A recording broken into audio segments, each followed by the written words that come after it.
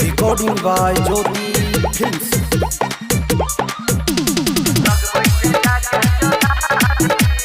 अभी आप सुन रहे हैं बबलू बंजारा को।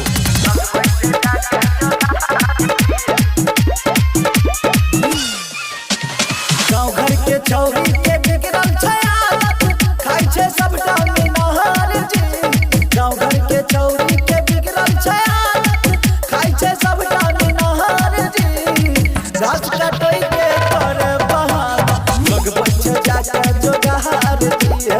गाछ कटै के कर बहाना, लगबै छै जाके जोगार जी। गाँव घर के चौरी के बिगड़ल छै आदत, खाइ छै सबटा मिनहार जी। गाँव घर के चौरी के बिगड़ल छै आदत, खाइ छै सबटा मिनहार जी। घास कटै के करे बहाना, लगबै छै जाके जोगार जी। घास कटै के करे बहाना, लगबै छै जाके जोगार जी।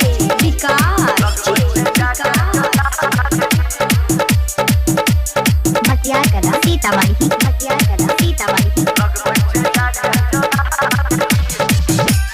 Mixed by Sonu Sargam.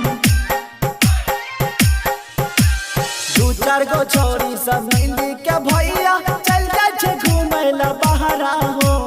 सुबह से शाम तक बीतबे समैया, रोग लगल छै गहरा हो।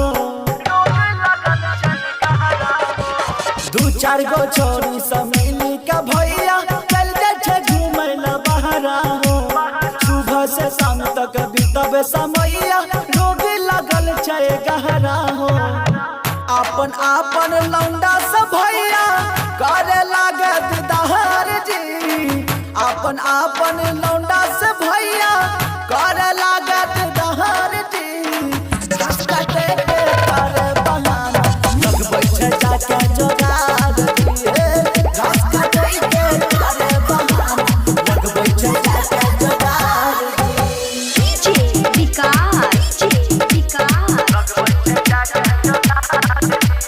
भटियार कला सीतामढ़ी, भटियार कला सीतामढ़ी।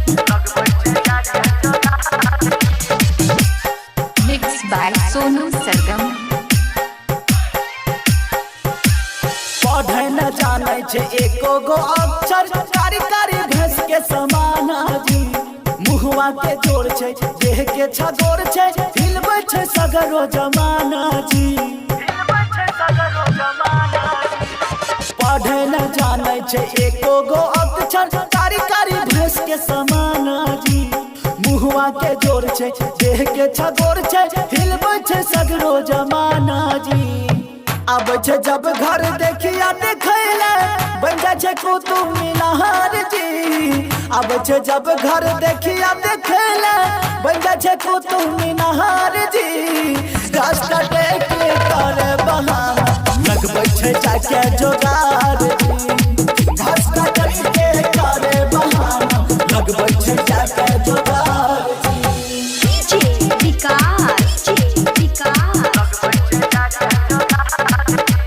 भटियार कला सीतामढ़ी, भटियार कला सीतामढ़ी।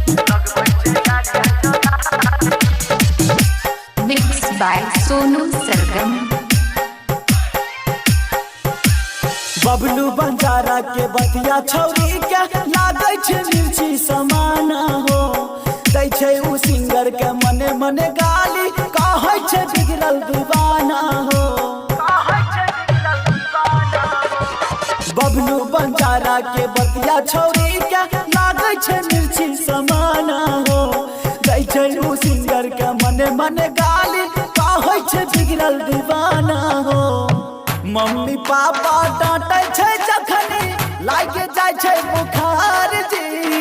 मम्मी पापा डांटे छै जखनी लागे जाय छै बुखार जी।